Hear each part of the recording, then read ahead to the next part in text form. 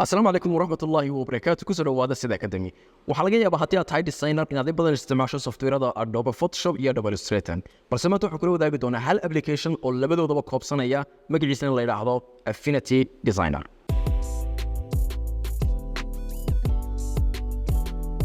waayahay ugu horreyn waxaan eegi doonaa application-ka interface-kiisa ka hor intayna feature-ada cusub ee uu leeyahay aynaan guda gelin application-ka marka ugu horreysa kuu soo baxo sidii Photoshop ama Adobe Illustrator oo kale wuxuu kugu bilaabaya waa new documents oo aad ka dooranayso CSS-ka kala duwan ee aad u baahan tahay inaad wax ku nashqadayso haddii tahay sawirro printing ama website ama device-yada kala duwan sida mobilada oo kale tusaale ahaan waxaan leenahay printing مثلا A4 كلنا دورنا halkan kale waxa weeyaan wixii customize aad u baahan tahay ka dhigi karaysaa hadda u baahan tahay waxa weeyaan inaad halbeeg bedesho centimeter wuxuu leeyahay markaa millimeter centimeter iyo meters iyo kuwii kale waxa weeyaan sida pixelski oo kale ah dadna waxa leedahay create markaad create raahdo hadda ayaa markaa application-ka gudaha u soo gashay application-ka haddii aad Photoshop iyo Adobe Illustrator isticmaashid runtii aad buu fudud yahay waana xagga interface-ka wax badan ayay wax weeyaan iskaga mid ku yihiin tusaale ahaan xagga waxa ku yaala waa toolbox-ka wuxuu kaga duwan yahay kii Photoshop ama Adobe Illustrator iyagu waxay u sameeyeen wax weeyaan waa colorized halka Adobe inay isticmaaliso waxa weeyaan symbol waxa weeyaan gray color isticmaaliso iyagu color ayay siiyeen marka iconiska laakiin halka toolbox-ki baa ku yaala halkan waa workspace-ki lagu shaqeynaya bartana waxa weeyaan waa panels-ki kala duwanaa ee kolba shaqada aad qabanayso haday tahay layers-ki brushes-ki iyo option kale oo waxa weeyaan iyaga laftooda aad ka doonayso properties-ka aad u baahan tahay soo kale waad qaadi karaysaa sidii Photoshop-ka waad ku celin karaysaa mid walba halkii loogu talagalay marka basically Photoshop iyo Adobe Illustrator iyo software-kani waxa weeyaan xagga interface-ka way ka sameeyeen laakiin qodobka ugu muhiimsan ee ay ku kala duwan yihiin waxa weeyaan application-kani wuxuu isticmaalaya wax loo yaqaano persona waa maxay persona waxa weeyaan waa application-ka guud ahaantiisa qaabka uu shaqeynaya inaad bedeli karto tusaale ahaan imika wixii noo taagan wax loo yaqaano designer persona si kale haddaan u dhigno waxaan designer wuxuu taagan yahay wax weeyaan waa factor persona ama Adobe Illustrator-kii oo kale ayuu halkan ka metelayaa waxa kale oo aad u bedeli kartaa wax loo yaqaano pixel persona marka aad ku dhufato pixel persona waxa laga sameeyaa interface-kii waa isbedelaya tools-kii halkan ku yaalayna waxa weeyaan tools kale ayaa ku soo baxaya marka pixel-ka wuxuu la mid yahay sidii Photoshop-ka oo kale waxa markaad u baahan tahay wixii sawir ah aad edit garayso haddaad background-ka goynayso haddaad color adjustment aad samaynayso waa inaad tagtaa pixel persona saddexaad u leeyahay waxa weeyaan waa export markastoo save garayso waxaad tagaysaa markaa isagana export persona marka saddexdan interface oo loo yaqaano designer oo loogu talagalay factor-ka markaad design garayso sida logooyinka iyo shapes-ka waxa loo yaqaano waxa weeyaan pixel markaad edit garayso sawirrada iyo waxa weeyaan markaad save garayso saddexda persona ayuu leeyahay marka waa hal application oo waxa weeyaan Photoshop iyo Adobe Illustrator labadaba ku soo koobaya waxaanu hadaba eegaynaa haddaad isticmaalayso wax laga yaabaa inaad ka qabto qof hadduu Photoshop iyo Adobe Illustrator ku soo diro oo aad software-kan kaliya isticmaalayso muxuu xal ku yahay talaasaad bay fudud tahay dhammaan Photoshop PSD Adobe Illustrator waxa soo dhan waxa weeyaan hal mar ayaad soo furan karaysaa tusaale file ba tagaysaa waxaad leedahay open marka folder-kan ayay ugu jiraan waxaan imika soo furayaa laba file oo loo yaqaano AI waa file lagu sameeyay Adobe Illustrator iyo file PSD ah oo lagu sameeyay Photoshop labadiiba waan doortay hal application oo loo yaqaano Affinity Designer baan soo furayaa hadda wuxuu ku sheegay in faraha qaar maqan yihiin computer-ka it's okay open baan leeyahay labadii file ba kana waa effects-ka idna okay baan leeyahay waxa ka markaa labadii file ba kan waa file-kii Adobe Illustrator file-ka ahaa hadda eegto halkan waa social media brochure version 2 AI oo Adobe Illustrator haddii soo dhaweyno xagga soo dhaweynta ama zoom-ka ama shortcuts-ka oo dhan waxa weeyaan Photoshop iyo Adobe Illustrator waa kala sameeyay tusaale imika sida caadiga Photoshop kan soo dhaweyn karaya control minus iyo plus oo dhan kartaa haddaad command ama control 0 aad tiraahdo waxa weeyaan isaga laftiisa waa zoom out ku sameynaya marka basically xagga shortcut-kana waa iskaga mid haddaan soo dhaweeyo imika waxaan awood u leeyahay waxa weeyaan inaan double click siiyo color-ka waxaan u baahanahay waan edit garan karaa qoraalka waan bedeli karaya day 2 day 1 waa editable Adobe Illustrator file-kii colors-ka oo kale waxa weeyaan different color teams waad kala siin karaysaa any color-ka aad u baahan tahay waxa weeyaan waad bedeli karaysaa marka si fiican ama smooth ah ayuu la shaqeynayaa file-ku hadduu Adobe Illustrator uu yahay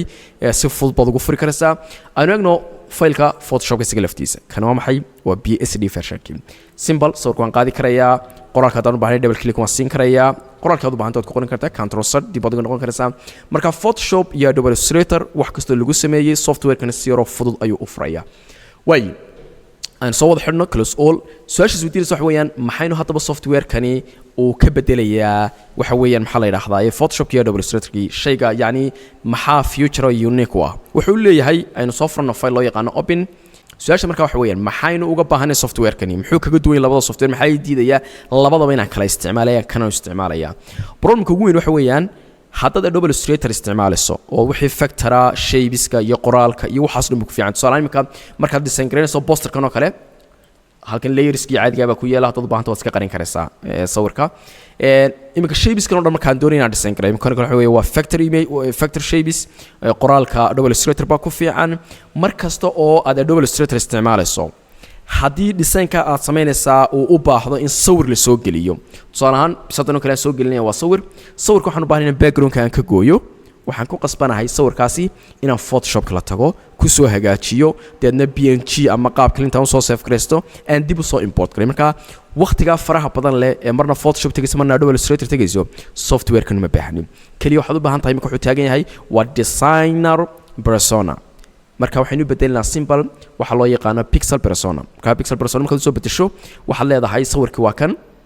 sawirkina background-ka jaro ayaan u baahanahay simple soo zoom garee toolbox halkan ku yaalay aan iska soo xidhin marka panelkan close baan leeyahay toolbox halkan ku yaala waxa weeyaan toolka waxa loo yaqaan waxa weeyaan waa floor select tool floor select tool wuxuu la mid yahay Photoshop marka la joogo magic waa kii halkan mar lagu dhufanayay ee background-ka ka wada saarayay waxa kale ku yaala waxa weeyaan section brush tool kana wuxuu ahaa I think kana quick tool buu ahaa quick selection tool midna wuxuu ahaa magic marka isagu wuxuu kala bixiyay waa selection brush tool iyo floor select tool tusaale kan ku dhufanaya deedna waxa leeyahay hal mar ayaan waxa ku dhufanayaa white-ka click baan siinayaa guud ahaan uu select gareeyay meelaha qaar marka haddaad minus iyo plus waad ka dhigi kartaa haddii kale tool kale aad u baahantay deselect control D buu Photoshop-ka ahaa deedna uu ka qaadanayo toolka imika isticmaalna wuxuu noqonayaa waxa weeyaan kan isticmaalno haddaad u baahantay size-ka brushka inaad weynayso sida caadiga Photoshop-ka brackets-kaad ka weynayn karaysaa deedna area u baahantay waad dooran karaysaa xagga sare waxa ku yaala haddaad shapeska aad argareynayso iyo haddaad qaybahan ka soo saarayso waa sida caadiga Photoshop-ka marka guud ahaan bal sawirkan aanu select gareyno sawir marka background-ka aanu uga goyno waa simple si degdeg ah ayuu markii waxa weeyaan u select gareynayaa way sawirkii waxa weeyaan guud ahaan soo select gareynay waxba inaynu xoog ugu fiirsano qaabka select gareyno ma baahnin inaynu aragno meenu baahanay practically way waxaan marka dooranayaa xagga ugu sareysa waxa jira wax loo yaqaan refine Photoshop-kuna waa u lahaa refine marka talaada doonayso inaad smooth ka dhigto toolbox-kan baa marka ku soo baxaya little bit waxa leeyahay smooth garee haddaad u baahanto marka wad eegi kartaa black iga dhig sidoo marka noqon marka background-ka ka goyso it's okay markaad ku qanacdo waxa leedahay apply wali background-ka ma goynin sida caadiga layer mask ba isticmaalaysaa layer ka tagaysaa halka marka waxa ku yaala wax loo yaqaan mask layer ama layer mask buu Photoshop-kana waxa kaliya dad siiso simple background-ka waa ka goynaya control D waa deselect deedna move tool-ka hadaad soo qaadato maxaan taagan imika still pixel persona taaganahay simple design persona tag deedna waad jijidi karaysaa uma baahnida marna Photoshop ku noqoto marna Adobe Illustrator aad ku noqoto hal application ayaa waxa weeyaan aad kaga shaqaysin karaysaa haddana practical u seegna qaybta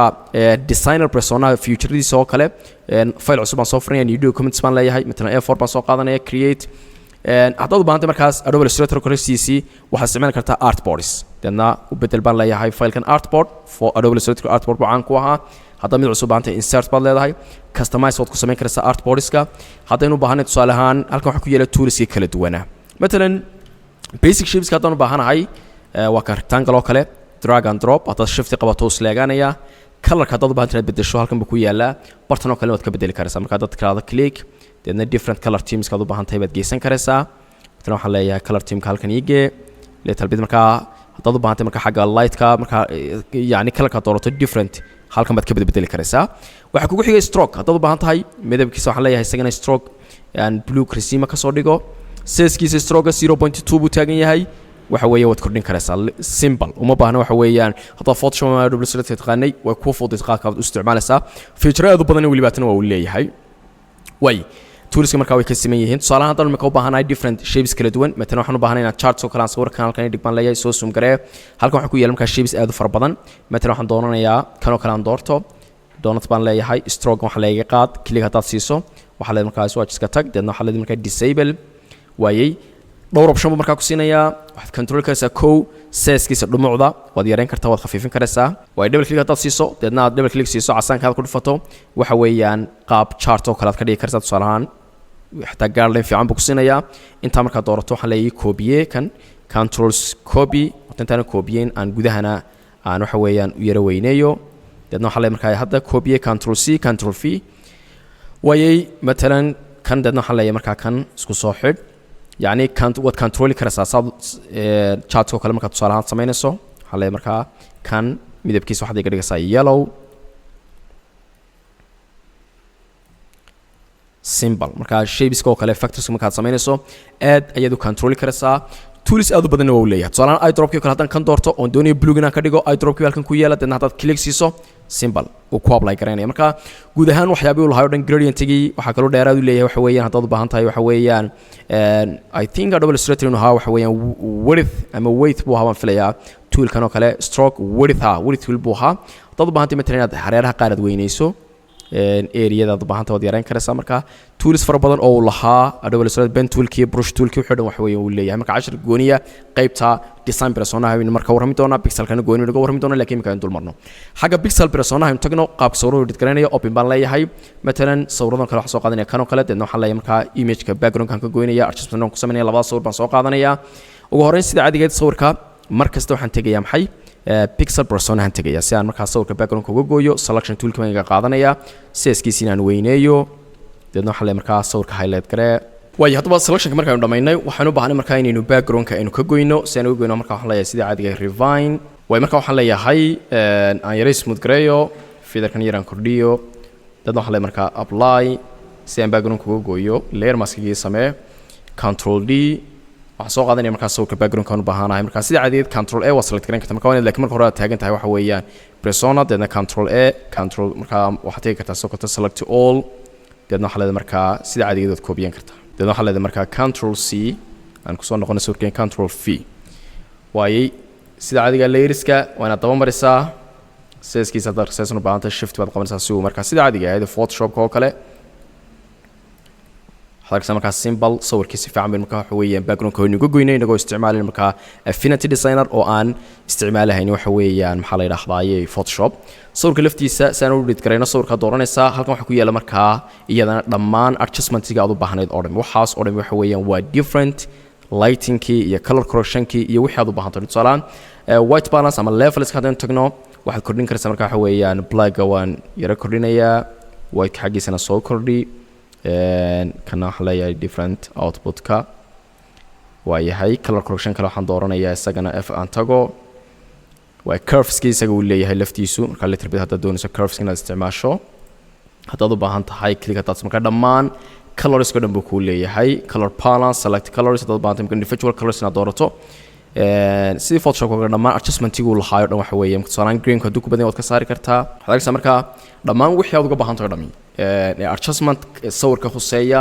waxa weeyaan waa uu leeyahay marka basically waxa weeyaan waa Photoshop iyo Adobe Illustrator labadoodii la isku daray sidaa isagoo haddaad u baahato inaad waxa weeyaan design aad samayso oo poster qoraalkiisa aad samayso ay waxaad bedelaysaa waxa weeyaan persona bedelaysaa deedna text tool-kaaga caadiga oo soo qaadan kartaa deedna matalan waxaan leeyahay dad marka laba option sida caadiga right click aad siiso waa frame text-igi iyo waxa weeyaan qoraalkii caadiga ahaa deedna haddaad qoraalka deedna click siiso مثلا waxaan leeyahay graphic aan idhaahdo Affinity Designer way fonts-ka sida caadiga ah aad click siiso different fonts kala duwan baad ka dhigi kartaa kan oo kale inooga dhig layers-ka kale waa soo daba marin kartaa sida caadiga ah layers-ka oo dhan ayaad markaa waxa weeyaan aad u maamulaysaa waa yahay halkiisanba ku daa color-kiisana waxaan leeyahay markaa isagana white markaa characters-kii paragraph-kii dhammaan wixii tagastiga lagu maamulayo oo dhan waxa weeyaan waa uu leeyahay way hadda waxaan markaa eegi doonaa persona-heeni saddexaad oo noqonaya markaa la save gareynayo marka hadda halkan timaado persona-ha automatic waxa weeye markaa mid walba waxa weeye imika waxaynu ugu horeyn ka dhignaa waxa weeye mid walba oo select gareynaysaa marka maadaama marka hore aan artboards-ka ku soo akhrisanahaynin marka laakiin hadduu artboards-ka ku soo samaysay